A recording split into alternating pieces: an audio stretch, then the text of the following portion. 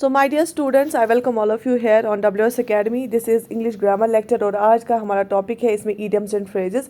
इस सीरीज़ के थ्रू हम पूरा इंग्लिश ग्रामर कवर करेंगे, क्विक रिवीजन करेंगे और जहाँ से भी ज़्यादा क्वेश्चंस आने के चांस होते हैं वो टॉपिक्स हम प्रायोरिटी बेस पे करेंगे और उसके बाद हम practice question will do a lot of practice questions, right. अगर आपको कोई भी सजेशन देनी होगी you can write it in the comment section. बहुत सारे डिफरेंट वीडियोज़ पे बहुत सारे बच्चों ने कमेंट करके ये बोला था कि उनको कौन सा टॉपिक चाहिए. That's why I am introducing these topics क्योंकि स्टूडेंट्स की डिमांड ही आई थी, right. So let's get started. If you want this lecture on any other topic or for any other subject, so no issue, you can write it on the comment section. So let's get started. Okay.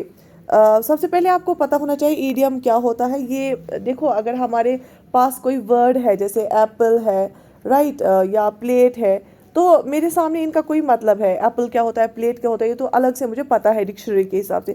लेकिन जब हम इन्हीं words को आपस में एक group में रखते हैं, एक फ्रेज़ में रखते हैं, एक फ्रेज़ बनाते हैं, तो उनकी डिफरेंट एक मीनिंग होती है उसमें, तो उनको हम ईडियम्स बोलते हैं जो हमें इनडायरेक्टली बात बताए. इनडायरेक्टली मुझे तो लगता है ओ इसमें एप्पल लिख के हैं, जैसे he is the apple of my eye, तो आप क्या समझेंगे, इसने बोला वो मेरी आँख का एप्पल है.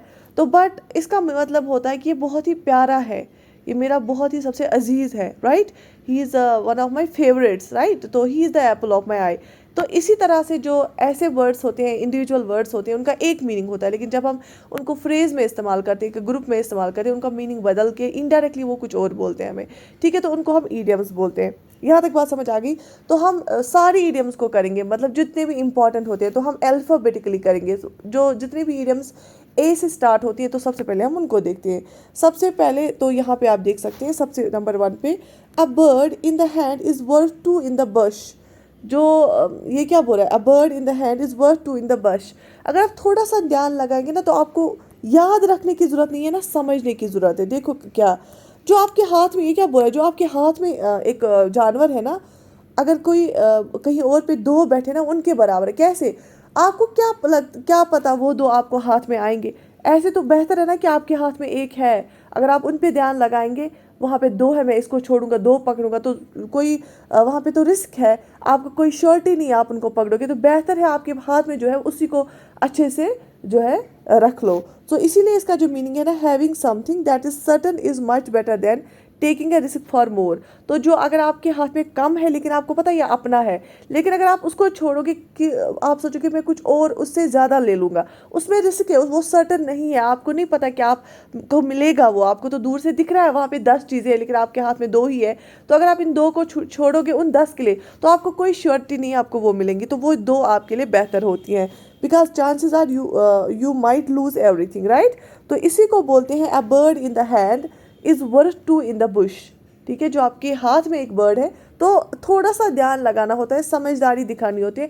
आपको कोई भी इडियम आज के बाद गलत नहीं हो जाएगी, क्योंकि मैं आपको इस तरह से प्रैक्टिस कराऊंगी कि कैसे आप मीनिंग को समझेंगे तो आपको कभी भी गलत नहीं होगा, ठीक है. तो moving to another one, a blessing in disguise.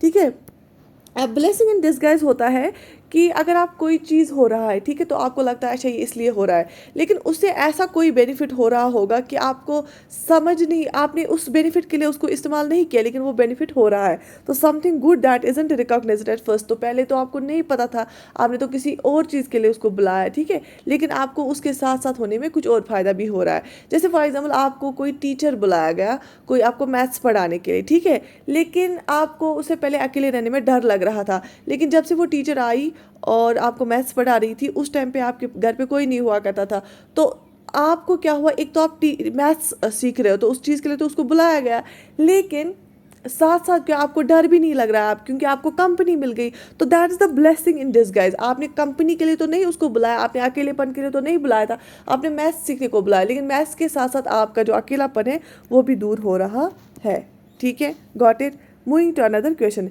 a chip on your shoulder, being upset for something that happened in the past. a chip on shoulder हो गया कि जो कुछ पास्ट में हो ना उसके लिए अपसेट होना. तो ये सही भी नहीं है, आप अपने पास्ट में रहोगे, जो हुआ सो हुआ, उसको आप ठीक नहीं कर सकते हो, तो उसके लिए अपसेट रहने की क्या ज़रूरत है, ठीक है. a dim a dozen, anything that is common and easy to get. कोई ऐसी चीज़ के लिए हमें इस्तेमाल करते हैं जो बहुत ही ईजिली हमें मिल सकती है और बहुत कॉमन है. a dim a dozen, right. Okay, moving to another one, a doubting Thomas. A doubting Thomas क्या होगा? A sceptic who needs physical and personal evidence in order to believe. मतलब कि कोई ऐसा होता है ना जो भरोसा नहीं करता है, कोई ऐसा होता है जो नहीं करता है भरोसा, ठीक है। तो उसके लिए आपको क्या होना चाहिए? एविडेंस होना चाहिए। कोई ऐसा बंदा होता है, अगर आप उसको बोलोगे वो आ रहा है आज 3 बजे, बोलेगा नहीं आपको कैसे पता? कोई मैसेज की, ज़रा मुझे फ़ोन दिखा कैसे मैसेज की। तो ऐसा कोई बंदा होता ही है हमारे ग्रुप में जिसको हमेशा एविडेंस चाहिए होती है, ठीक है। तो उसको हम बोलते हैं doubting Thomas. A drop in the bucket. A drop in the bucket होता है ऑब्वियसली एक बड़ा सा बकेट होगा, उसमें आप एक ड्रॉप ऑफ वाटर होगा। अब मुझे पता वो क्या दिखेगा उसमें, तो वैसे ही जो कोई बड़ा प्रोजेक्ट होता है उसका आप छोटा सा कोई काम कर देते तो उसका वो होता है drop in the bucket, A small pot of something big और होल, ठीक है। जैसे एक बड़ी बिल्डिंग है, एक बड़ी बिल्डिंग की एक खिड़की, that's a drop in the bucket, है ना। वहाँ पे खिड़की को कुछ हो रहा है तो that's a problem in the drop in the bucket. तो वहाँ पे जो ड्रॉप इन द बकेट है वो एक बहुत बड़े चीज़ की एक छोटा सा चीज़ है, ठीक है। उसको हम बोलते हैं ड्रॉप इन द बकेट। समझ में आ रही है बात? बहुत ईजी होती है। आप बेवजह 2-3 मार्क्स खो देते हैं, वो बेवजह गलत करते हैं। थोड़ा सा इसको प्रैक्टिस करोगे ना तो आपको विद टाइम खुद समझ आ जाएगा। A fool and his money are easily parted. हाँ, कुछ ऐसी होती है जो आपको याद रखनी पड़ेगी क्योंकि उसका जल्दी से समझ नहीं आता है, लेकिन बाकी ऑलमोस्ट 90% ऑफ ईडियम्स जो है ना वो समझ आती हैं। A fool and his money are easily parted, मतलब एक इसमें क्या है? अ फूल मतलब बेवकूफ़, मनी पैसा, ईजिली पार्टेड अलग अलग होना, सीधे समझ आ गया। जो बेवकूफ़ इंसान होता है ना वो जल्दी अपने पैसे खर्च कर देता है, बेवजह ऐसे खर्च कर देता है कि ज़रूरत भी नहीं होती और उसके पास फिर पैसे होते ही नहीं है, तो उसको मैनेजमेंट नहीं आता है। तो ऑब्वियसली इसका मतलब यही होता है। So it is easy for a foolish person to lose his or her money. तो इसका मतलब यही होता है, ठीक है। Moving forward, house divided against itself cannot stand, ठीक है। House divide against itself cannot stand, obviously पता है हाउस घर, डिवाइडेड मतलब बट गया, कैनॉट स्टैंड ऑब्वियसली कहाँ रह पाएगा फिर खड़ा, है ना। तो जब कॉपरेशन नहीं होगी तो वो घर ही तबाह होता है। तो इसका मतलब यही होगा, everyone involve must unify and function together और it will not work out. अगर आप किसी काम में है, किसी प्रोजेक्ट में है, जब तक आप आपस में कॉपरेट नहीं करेंगे, यूनिटी नहीं दिखाएंगे, तब तक वो काम नहीं होगा। इसका मतलब यही है, ठीक है। ठीक है बच्चा लोग, अब आया समझ कि कैसे इनको सॉल्व करना होता है। आपको आज के बाद ईडियम्स कभी भी गलत नहीं होनी चाहिए, ठीक। तो हम बहुत सारी प्रैक्टिस करेंगे, तो आप मुझे कमेंट सेशन में बताना कि ये सेशन कैसा लगा आज का आपको, सो दैट कि हम जो है इसको कंटिन्यू करेंगे। And Leopold can't change his spots, मतलब कि जो लियोपोल्ड पे होते हैं ना वो उसके स्किन पे होते हैं ना वो गोल गोल स्पॉट्स, वो खुद लियोपोल्ड कितना खतरनाक जानवर, कितना तेज होता है, वो कुछ भी कर सकता है, किसी को भी खा सकता, किसी को भी पकड़ सकता है, लेकिन वो अपने स्पॉट्स चेंज नहीं कर सकता है। You can not change who you are. तो जो आपका असल नेचर है ना वो आप वैसे ही होते हैं, अगर आपको कितना भी ये समझाएंगे ना। लेकिन जैसे कोई ऐसा आदमी होता है लालची होता है, वो तो हाँ आप उसको समझोगे वो आपके सामने हाँ हाँ करेगा, लेकिन उसका जो नेचर होता है उसकी फितरत सामने आ ही जाती है। तो जो आप हो ना वो आप दिख ही देते हो। फॉर एग्जांपल किसी बहुत सारे बच्चों को लग रहा है कि अभी वो अनएम्प्लॉयड है, लेकिन जो काबिल बच्चा होगा ना अगर वो कहीं पे भी जाएगा, घरेलू काम कर रहा होगा, वहाँ पे भी वो अलग दिखेगा, ठीक है। तो आप जो हो ना आप उसको चेंज नहीं कर सकते हो, ना ही कोई और कर सकता है। जो आप में है बाय नेचर वो है, ठीक है। A penny saved is a penny earned. तो ऑब्वियसली पेनी पैसे जो आप सेव करोगे, पेनी पैसे अर्न आपने किए, ऑब्वियसली इसे पता ही चलता है कि जब आप ज़्यादा खर्च नहीं करोगे, फजूल खर्ची नहीं करोगे, ऑब्वियसली आपके पास पैसे होंगे। थोड़े थोड़े से जब आप जमा करोगे तो वो बहुत ज़्यादा पैसे जमा हो जाएंगे, ठीक है। ए पिक्चर पेंट्स 1,000 वर्ड्स। तो अगर इसका मतलब ये है कि अगर आपके पास 1,000 वर्ड्स में आप कोई ऐसे लिखोगे, लेकिन आप एक पिक्चर फिर बनाओगे उस ऐसे को दिखाने के लिए, तो वो एक पिक्चर 1,000 वर्ड्स के बराबर होगी, है ना। एक विजुअल रिप्रेजेंटेशन दोगे। तो जैसे मैं आपको ऐसे लिखूंगी पॉवर्टी पे, ठीक है, पैसे ऐसे लिखूंगी पॉवर्टी में, उसमें क्या क्या हो जाए, उससे क्या क्या होता है, रीजंस क्या है वो। लेकिन अगर मैं एक शक्ल बनाऊंगी कि पुअर इंसान दिखने में कैसा होता है, उसका जो पिछले बैकग्राउंड कैसा होता है, घर कैसा होता है वो, तो उसमें मुझे 1,000 वर्ड्स की ज़रूरत नहीं पड़ेगी, मुझे बस एक पिक्चर की ज़रूरत पड़ेगी, ठीक है। बात समझ में आ गई। A piece of cake. A piece of cake तो बहुत टेस्टी होता है, केक काटना भी इजी होता है, सॉफ्ट होता है। A task that can be accomplish very easily. तो हम बोलते हैं ना this is like a piece of cake for me, मतलब कि स्वीट भी है, एंजॉय भी करूँगा और ईजी भी है। तो ऐसा टास्क जो आपके लिए बहुत ईजी होगा, ईजिली आप अचीव कर सकते हो, कोई जो टारगेट है उसको हम बोलते हैं it's like a piece of cake for me, ठीक है। तो देखो, a slap on the wrist. अब आपकी हथेली पे थोड़ा सा टैप किया किसी ने, तो ज़ोरदार थप्पड़ तो नहीं मारा ना, थोड़ा सा ऐसे किया आपको थोड़ा जगाने के लिए, तो वेरी माइल्ड पनिशमेंट। एक रिस्ट पे ऐसे मारने से क्या होगा इंसान को, ये माइल्ड पनिशमेंट की बात हो रही है, ठीक है। A taste of your own medicine when you are mistreated the same way you mistreat others, तो that means जो आपका खुद का मेडिसिन है ना, उसी का मज़ा आपको आ गया। मतलब मेडिसिन हो गया, मेडिसिन कभी स्वीट नहीं होता। अगर मिठाई की बात होती तो अच्छी बात होती, लेकिन यहाँ पे दवाई की बात है, दवाई यूजुअली कड़वे होते हैं। तो आप जो आपके अपनी दवाई का कड़वा टेस्ट, तो दैट मीन्स जो आपने खुद बोया है ना, उसी का आपको बदला मिल रहा है। जो आपने खुद बोया, गलत चीज़ें बोई हैं, मतलब जो आपने गलत मिसट्रीट किया है, लोगों को डिसरेस्पेक्ट किया है, तो आपको वही मिल रहा है, ठीक है। ओके।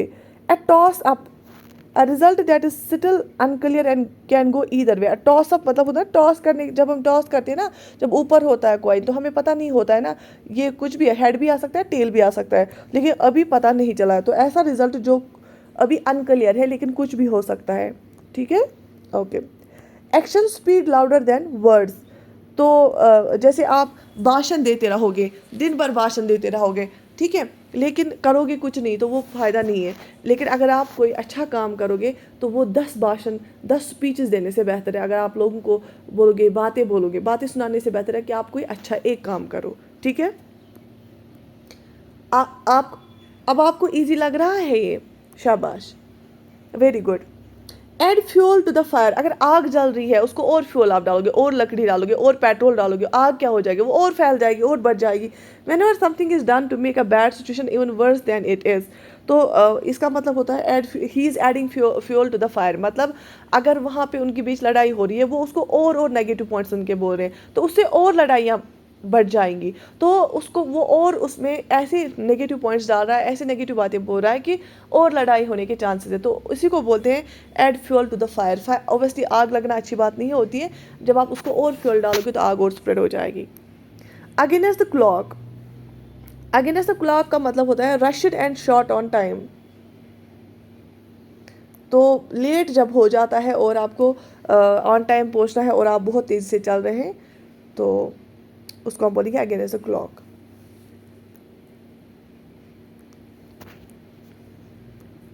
बहुत तेज़ी से चल रहे हैं।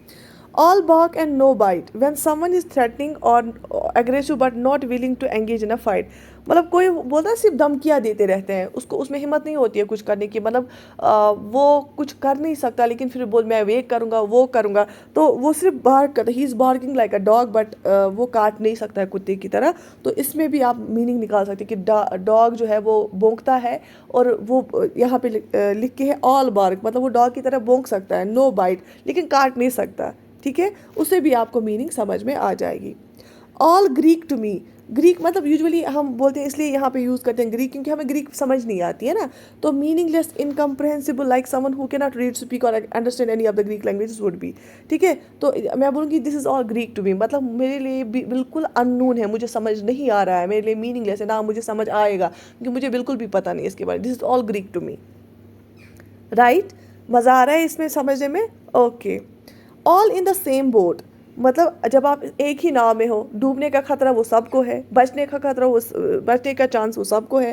When everyone is facing the same challenges, for example डूबने का खतरा, बोट में सारे हम, we are sailing in the same boat, मतलब सबको खतरा है, ठीक है। तो चैलेंज है सबके लिए same. N arm and a leg, N arm and a leg मतलब हो गया very expensive, a large amount of money.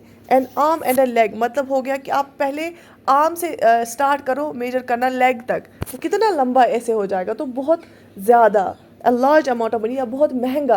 कि आप बोलोगे कितना, हम बोलते हैं इतना, थोड़ा सा उंगली से दिखा दे। अब उंगली भी पूरी है, हाथ भी पूरा है, बाजू भी पूरी है, लेग भी पूरी है ना। तो बहुत ही एक्सपेंसिव, मतलब मैं आपको इसको ईजी करके बता रही हूँ सिंपल लैंग्वेज में। An axe to grind, to have a dispute with someone हो गया। An axe to grind, obviously जब एक्स की कुल्हाड़ी की बात आएगी तो फाइट की बात आती है। To have a dispute with someone. Apple of my eye, जैसे मैं आपको बोला he is the apple, you are the apple of my eye, जो आप बच्चे लोग हो मुझे बहुत प्यारे हो, बहुत मैं, मेरा एक इमोशन है आप लोगों के साथ। So yes, you are the apple of my eye and I mean it. So someone who is cherished all above all others, क्योंकि जो जब किसी आप एक को आप प्रायोरिटी देते हो, कोई आपका बहुत प्यारा होता है, और आप बोलते हो कि he is the apple of my eye. As high as a kite, anything that is high up in the sky. हम बोलते हैं काइट, काइट हो गया पतंग, पतंग ऊपर उड़ता है। तो उसी तरह से जब कोई ऊंचाई पे होगा या स्काई में कुछ होगा तो हम उसको बोलते हैं as high as a kite, कि आप मतलब वो इतना ऊपर जा रहा है, उसकी परफॉर्मेंस इतनी ऊपर जा रही है, ठीक है, उसके लिए भी हम इस्तेमाल कर सकते हैं। At a drop of a hat, willing to do something immediately. At the drop of a hat मतलब हो गया आप विलिंग हो, आप यू आर एग्री कि आप अभी कुछ करोगे, इमिडिएटली आप कुछ करोगे, कोई एक्शन करोगे या कोई कदम उठाओगे, ठीक है। So these were all the idioms which are starting from A. एंड मैंने आपको आज सिखाया कि कैसे हम वर्ड्स हम इसमें देखते हैं। जैसे बकेट है, बकेट एक बहुत बड़ा बर्तन होता है, ड्रॉप है, उसमें एक ड्रॉप हो गया तो कितना छोटा हो गया, तो ये समझने की बात है। इसका मतलब ही होगा कोई बड़ा प्रोजेक्ट और उसका छोटा सा पीस, कोई बड़ी बिल्डिंग और छोटा सा पीस, कोई बड़ा काम और उसका छोटा सा पार्ट, ठीक है। तो ऐसे हमें समझना होता है। और आज के बाद आई होप कि आपको कोई भी ईडियम गलत नहीं हो जाएगी, ठीक है।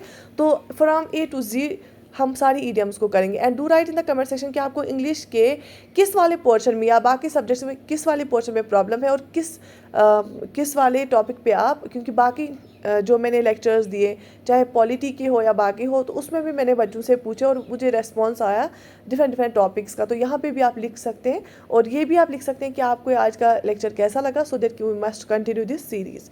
Okay, like the video, subscribe to our channel and share it with your friends. I wish you all the best.